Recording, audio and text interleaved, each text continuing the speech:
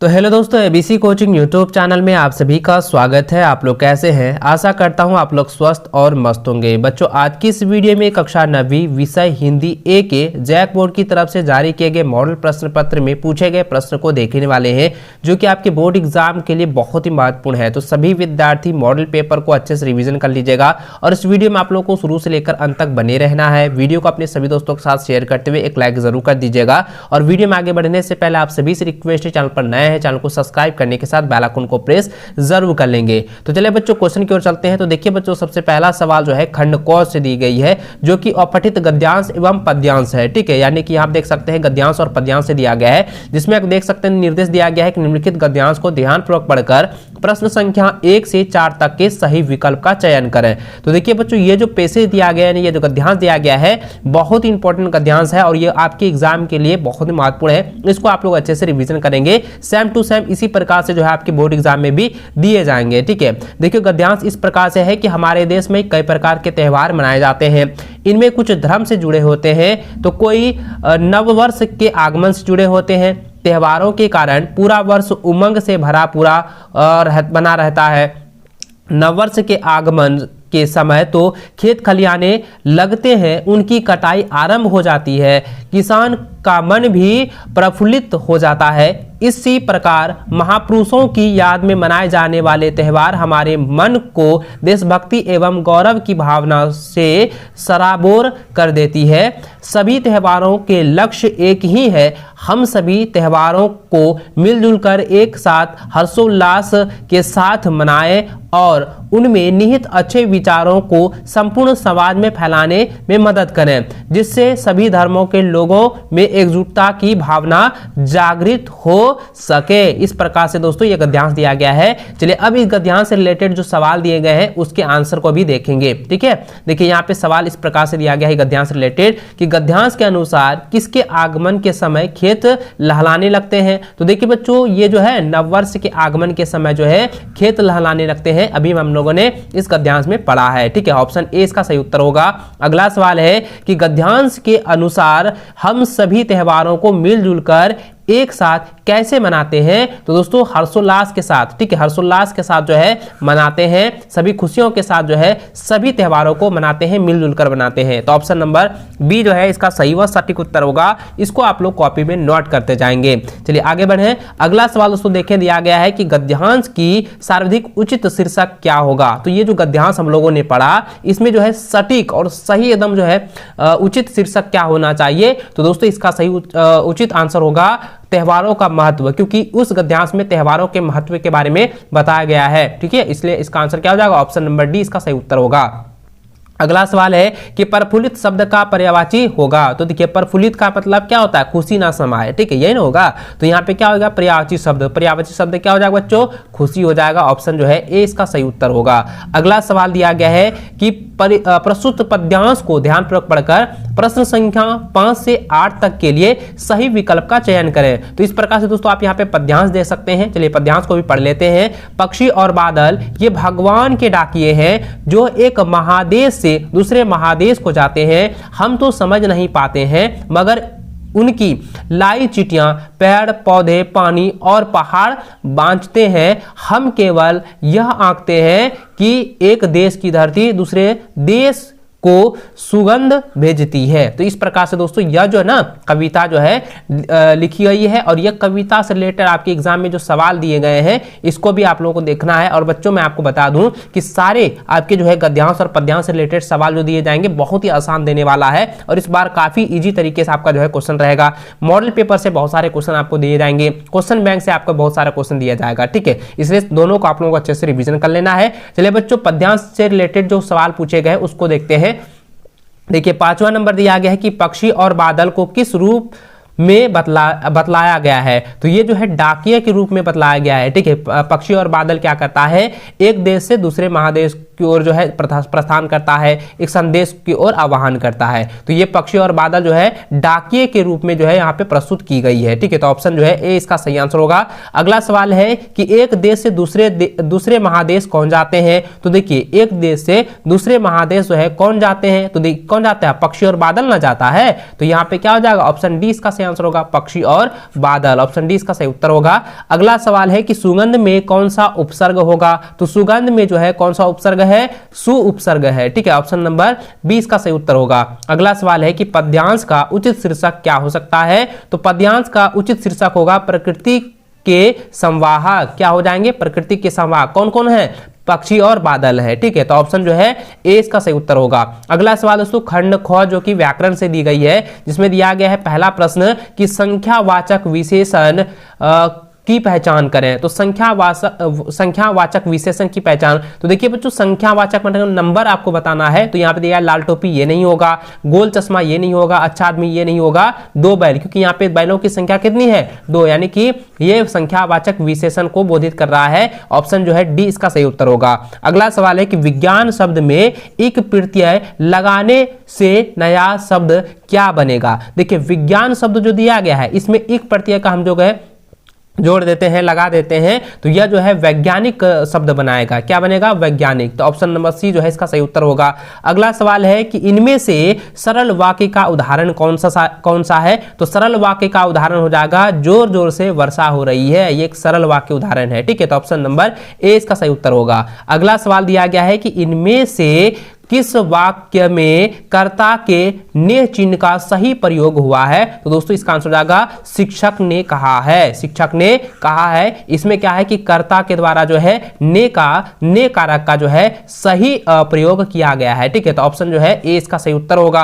अगला सवाल दोस्तों दिया गया है कि निम्नलिखित में से साकार का विलोम पहचाने, तो साकार का होता है निराकार, क्या होता है, निराकार हो जाएगा, ऑप्शन जो है 20 का सही उत्तर होगा। अगला सवाल है कि ईंट का जवाब पत्थर से देना, मुहावरे का सही अर्थ पहचाने, तो ईंट का जवाब पत्थर का देना, इसका मुहावरे का सही अर्थ होगा कड़ा प्रतिरोध नहीं करना, ठीक है, कड़ा प्रतिरोध नहीं करना, ऑप्शन जो है बी इसका सही उत्तर होगा, ठीक है, इसको आप लोग नोट करते जाएंगे, इसको एग्जाम से पहले आप लोगों को रिवीजन हर हाल में कर लेना है, याद कर लेना है। अगला सवाल है कि निम्नलिखित में से कौन सा शब्द एक वचन है, तो निम्नलिखित में से कौन सा शब्द जो है वो एक वचन को बोधित करता है, आकाश जो है वो एक वचन को बोधित करता है, ठीक है। अगला सवाल है कि औपचारिक पत्र में इनमें से कौन सा विकल्प नहीं होगा, तो कौन सा विकल्प नहीं होगा बच्चों, ऑप्शन नंबर ए अभिवादन का जो है ये औपचारिक विकल्प नहीं होगा औपचारिक पत्र में, ठीक है, विकल्प ये नहीं होगा अभिवादन के लिए, तो ऑप्शन ए इसका सही उत्तर होगा। अगला सवाल दोस्तों दिया गया है कि निबंध लेखन के अंतिम चरण को क्या कहते हैं, निबंध लेखन के अंतिम चरण को उपसंहार कहते हैं, ऑप्शन सी इसका सही उत्तर होगा। अगला सवाल है कि संवाद में, ठीक, संवाद में कौन से अंश आवश्यक होते हैं, तो संवाद में दोस्तों नाम, भाषा, स्थान और गतिविधि ये सभी जो है क्या होते हैं, आवश्यक होते हैं, तो ऑप्शन जो है डी इसका सही उत्तर होगा। अगला सवाल दोस्तों यहाँ पे देख सकते हैं जो कि 19 नंबर, जो कि आपके एग्जाम में बहुत बार ये रिपीट किया गया है, और यह जो है ना पाठ्य पुस्तक से ली गई है, और यह जो है बहुत बार एग्जाम में पूछा जा चुका है। देखिए यह जो है पद्यांश है, जिसको कि प्रश्न संख्या 19 से लेकर 22 तक का उत्तर देना है, ये पद्यांश को पढ़ते हुए, ठीक है। देखिए यहाँ पद्यांश दिया गया है कि एक काले माथे वाली चतुर चिड़िया श्वेत पंखों के झपाटे मार फौरन टूटी पड़ी है, भरे जल के हृदय पर एक उलझली चटुल मछली चोंच पीली में दबाकर दूर उड़ती है गगन में। आगे लिखे, देखिए यहाँ पे ये जो गद्यांश दिया गया है, ये जो 4 पंक्ति दी गई है आपकी किताब से लिया गया है, ठीक है, तो आपका जो किताब से जो गद्यांश दिया गया है उसी से रिलेटेड है। आगे देखते हैं इसका सवाल किस प्रकार से है, और इसका आंसर भी मैं आपको बताते जाऊंगा। देखिए यहाँ पे सवाल है कि चिड़िया के माथे का रंग क्या है, तो यहाँ पे चिड़िया का माथे का रंग कैसा है बच्चों, तो इसका हो जाएगा ये काले रंग का है, क्या है, काले रंग का, ऑप्शन ए जो है इसका सही उत्तर होगा। अगला सवाल है कि कवि ने चतुर किसे कहा है, तो कवि ने चतुर जो है किसे कहा है, कवि ने जो है चतुर चिड़िया को कहा है, किसे कहा है, चिड़िया को कहा है, ऑप्शन जो है 20 का सही उत्तर होगा। अगला सवाल है कि चिड़िया मछली को किस तरह पकड़ती है, तो चिड़िया जो है मछली को ये झपाटे मारकर जो है पकड़ती है, ऑप्शन जो है डी इसका सही उत्तर होगा। अगला सवाल है कि गगन का पर्यायवाची कौन नहीं होगा, तो गगन का पर्यायवाची शब्द कौन नहीं होगा बच्चों, ये वसुधा, वसुधा जो है गगन का पर्यायवाची शब्द नहीं होगा। आकाश, नभ और आसमान जो है ये गगन का पर्यायवाची शब्द है, और वसुधा जो है गगन का पर्यायवाची शब्द नहीं है, इसलिए ऑप्शन नंबर सी इसका सही आंसर होगा, उत्तर होगा। अगला सवाल दोस्तों देखें 23 नंबर दिया गया है कि साख्यां एक शब्द पाठ के आधार पर दिए गए पदों और उनके तत्सम रूप दिए गए हैं, इनमें गलत विकल्प का चयन करें। ये कई बार एग्जाम में पूछा गया है, रिपीटेड सवाल है। तो बच्चों आप देखें यहाँ पे दिया गया पहला पखा पखी, पशु पक्षी, अनंत अनंत, अनंत अनंत, निरपक्ष निपक्ष और दो ही दोनों। तो यहाँ पे ये सवाल पूछा गया है कि इसमें जो सही विकल्प है वो आपको चयन करना है, जिसमें कि पदों और उनके तत्सम रूप दिए गए हैं। ठीक है, तो जरा ध्यान दीजिएगा बच्चों, आप सभी के लिए बहुत ही महत्वपूर्ण है ये सवाल, बहुत इंपॉर्टेंट है, रिपीट किया गया है। देखिए दोस्तों यहाँ पे आप जरा ध्यान दीजिएगा कि पखा पखी पशु पक्षी ये जो है ना, ये पद और तत्सम रूप दिए गए हैं।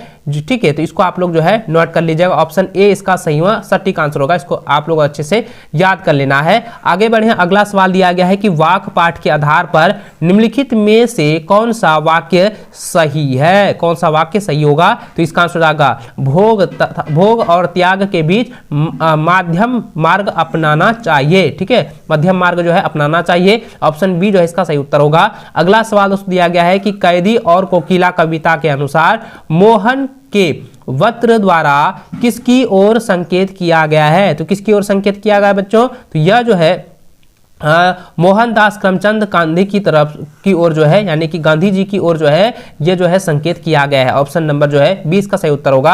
अगला सवाल है कि मेघ आए कविता के अनुसार धूल किसका प्रतीक है। मेघ आए कविता के अनुसार धूल जो है युवती का प्रतीक है। ऑप्शन नंबर बी इसका सही उत्तर होगा। अगला सवाल है जो गद्यांश से दिया गया है, जो कि प्रश्न संख्या 27 से लेकर 30 तक दिया गया है। इसको आप लोगों को अच्छे से पढ़ना है, अच्छे से इसका आंसर देना है। देखिए गद्यांश इस प्रकार दिया गया है कि गधे को कभी क्रोध करते नहीं सुना ना देखा, जितना चाहे गरीब को मारो, चाहे जैसे खराब सड़ी हुई घास सामने डाल दो, उसके चेहरे पर कभी असंतोष की छाया भी ना दिखाई देगी। वैशाख में चाहे एकाध बार कुल्लेल कर देता हो, पर हमने तो उसे कभी खुश होते नहीं देखा। उसके चेहरे पर एक विषाद अस्थाई रूप से छाया रहता है। सुख दुख हानि लाभ किसी भी दशा में उससे बदलते नहीं देखा। ऋषियों मुनियों के जितने गुण हैं, ऋषियों मुनियों के जितने गुण हैं वे सभी उसमें पराकाष्ठ को पहुंच गए हैं, पर आदमी उसे बेवकूफ कहता है। सद्गुणों का इतना अनादर नहीं कहीं नहीं देखा। तो दोस्तों यह जो गद्यांश जो है ये आपके गधा के ऊपर दिया गया है। ठीक है, और उस जो गद्यांश से रिलेटेड जो सवाल पूछे गए हैं, देखिए यहाँ पे 27 नंबर सवाल है कि गधा कैसा प्राणी है। तो गधा जो है कैसा प्राणी है, वो सहनशील प्राणी है। ऑप्शन नंबर 20 का सही उत्तर होगा। ठीक है, ऑप्शन 20 का सही उत्तर होगा, नोट कर लेंगे। अगला सवाल है कि गधे में ऋषि मुनियों का कौन सा गुण पाया जाता है। तो गधे में ऋषि मुनियों का कौन सा गुण पाया जाता है, तो सुख दुख में समान भाव से रहने का जो है यह गुण पाया जाता है। ऑप्शन ए इसका सही उत्तर होगा। क्योंकि दोस्तों आपने देखा होगा, कभी देखा है, आप मुझे कमेंट करके बताएंगे कि गधे को कभी खुश कभी दुख देखे हैं, नहीं देखे हैं। तो ये क्या है कि उसका जो है सुख दुख एकदम समान भाव रहता है। ठीक है, चलिए आगे बढ़ते हैं। अगला सवाल है कि गधे को आदमी क्या समझता है। तो गधे को आदमी जो है बेवकूफ समझता है। क्या समझता है, बेवकूफ समझता है। ऑप्शन 20 का सही उत्तर होगा। अगला सवाल है कि गद्यांश के अनुसार विषाद का अर्थ होगा। तो गद्यांश के अनुसार विषाद का अर्थ होता है दुख। ऑप्शन नंबर जो है सी इसका सही उत्तर होगा। अगला सवाल जो कि आपकी किताब से रिलेटेड है, दिया गया है कि ल्हासा की ओर पाठ में लेखक के सहयात्री का क्या नाम था, या यात्री का नाम क्या था। तो बच्चों इसका आंसर हो जाएगा सुमिति। ठीक है, क्या हो जाएगा, सुमति जो है उसका नाम था। ऑप्शन नंबर ए इसका सही उत्तर होगा। अगला सवाल है कि सवाले सपनों की याद पाठ के अनुसार साइलेंट वैली कहाँ स्थित है। तो साइलेंट वैली जो है वो केरल में स्थित है। ऑप्शन सी इसका सही उत्तर होगा। अगला सवाल है कि किस ब्रिटिश सेनापति ने देवी मैना पर सहानुभूति दिखलाई थी। तो इसका आंसर जाएगा सर टॉमस है। ऑप्शन नंबर 20 का सही उत्तर होगा। अगला प्रश्न देखें, 34 नंबर दिया गया है कि मेरे बचपन के दिन पाठ के अनुसार महादेवी वर्मा को उनकी माताजी ने सबसे पहले किस ग्रंथ को पढ़ना सिखलाया। तो किस ग्रंथ को जो है उसके माता के द्वारा जो है पढ़ने के लिए सिखलाया गया। तो बच्चों इसका आंसर क्या हो जाएगा, ये हो जाएगा पंचतंत्र। ठीक है, ऑप्शन नंबर सी इसका सही उत्तर होगा।